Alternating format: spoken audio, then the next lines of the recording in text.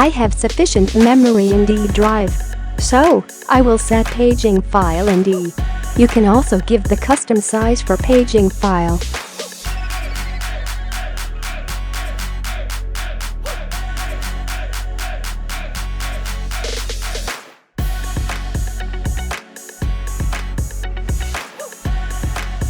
After restarting your computer, the problem will be resolved.